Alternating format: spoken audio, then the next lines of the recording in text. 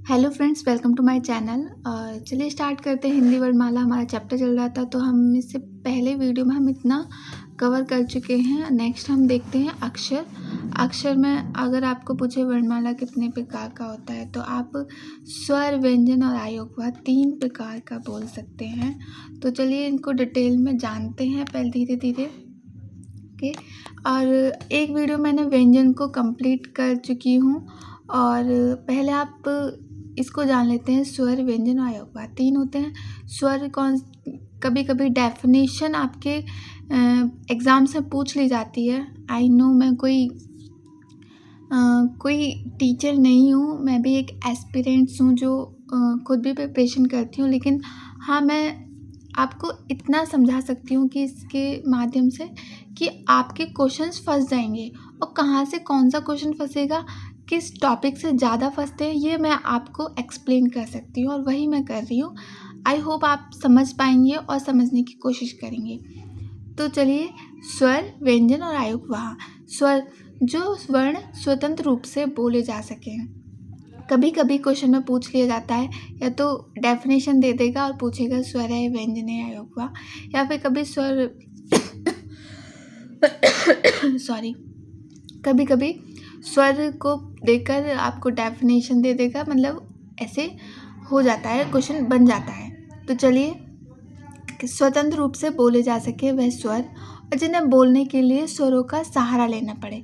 जैसे स्वर है, तो स्वर में जैसे ए, आ, तो ये अकेले ही बोला जाता है, मतलब स्वतंत्र रूप से बोले जाते हैं। और जैसे व्यंजन में, व्यंजन को अगर हम तोड़ेंगे वर्णमाला में, क से जैसे वर्ण, जैसे संधि विच्छेद होता है ना, ऐसे वर्ण विच्छेद होता है, तो हम वर्ण को भी विच्छेद कर सकते हैं। जैसे का को किया है इन्होंने, क हलंत लग जाएगा और प्लस अ, जिसके आगे कोई मात्रा नहीं होती वो अ साउंड करता है।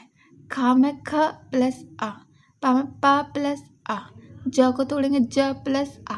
इस तरीके से, मतलब एक तरह से ये स्वर है और ये व्यंजन। तो जिन्हें बोलने के लिए स्वरों का सहारा लेना पड़े, तो हम का को बोलने के लिए हम आ को सहारा ले रहे हैं। तो इस तरीके से आप डेफिनेशन भी आपके माइंड में रहेगी।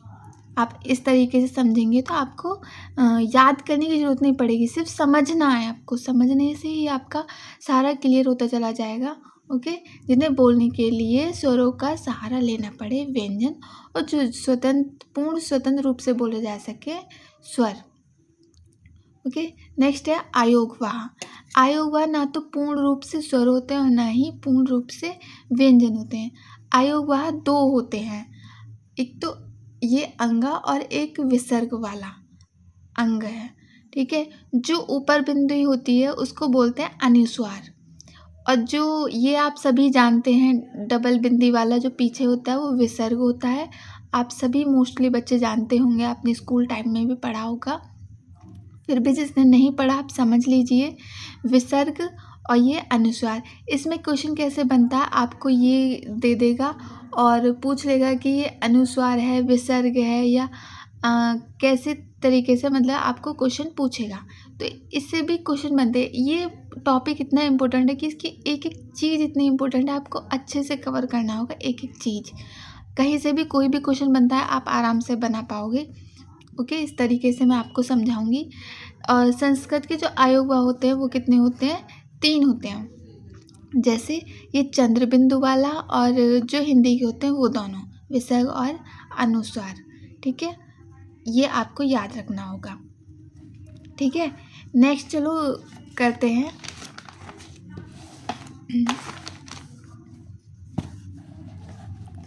नेक्स्ट पे आते हैं। नेक्स्ट है स्वर। एक मिनट एडजस्ट कर लेती हूँ। स्वर आपने पढ़ा ही होगा। ओके, स्वर आपने पढ़ा होगा, अ, आ, ई, आई, उ, औ, ऋषि, ए, ऐ, ओ, औरत।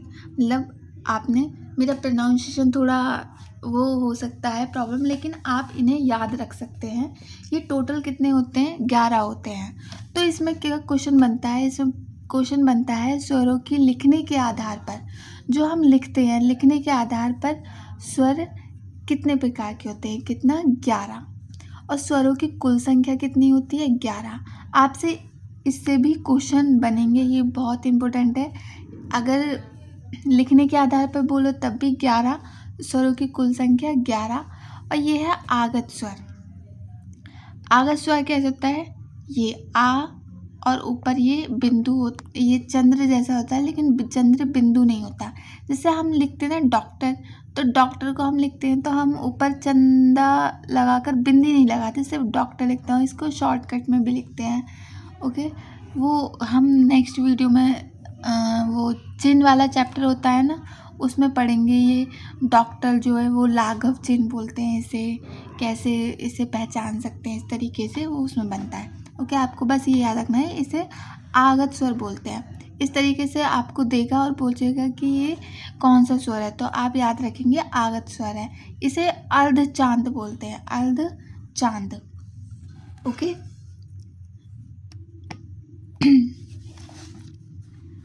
नेक्स्ट है अर्थ के आधार पर स्वरों की संख्या।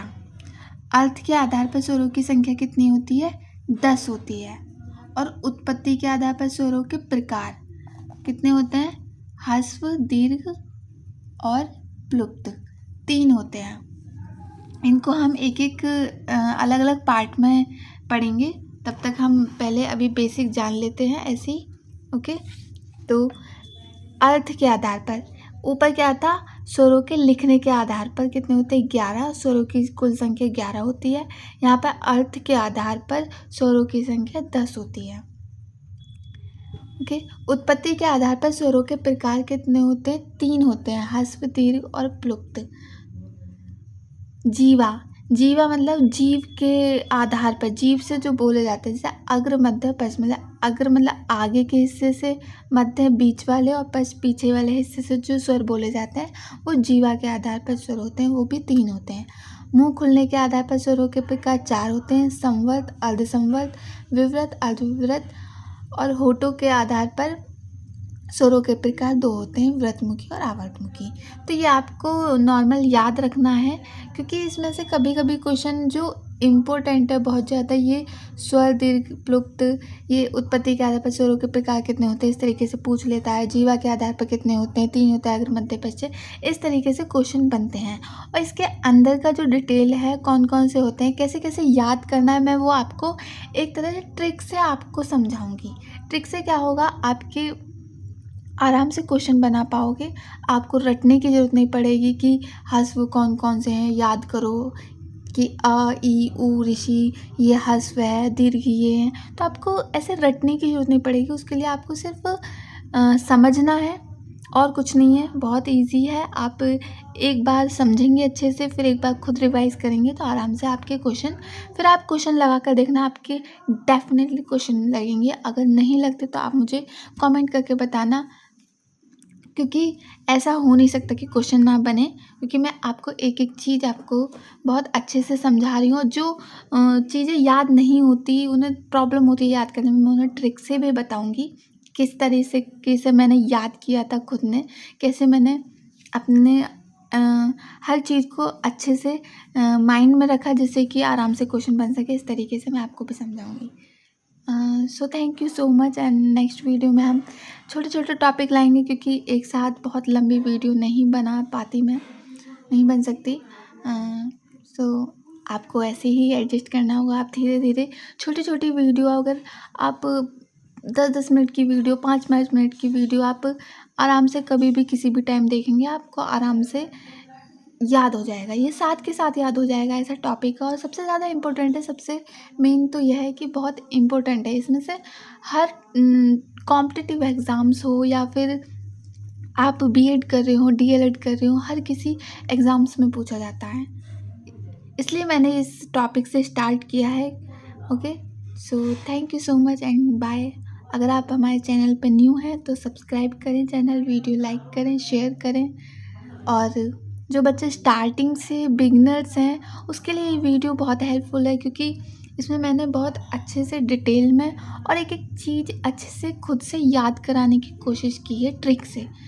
आपको पूरा कंटेंट मिलेगा, आपको इधर उधर भागने की ज़रूरत नहीं पड़ेगी। आप एक बार सिर्फ भरोसा करके इस वीडियो को देखिए और क्वेश्चन लगा कर देखिए। Thank you so much, bye.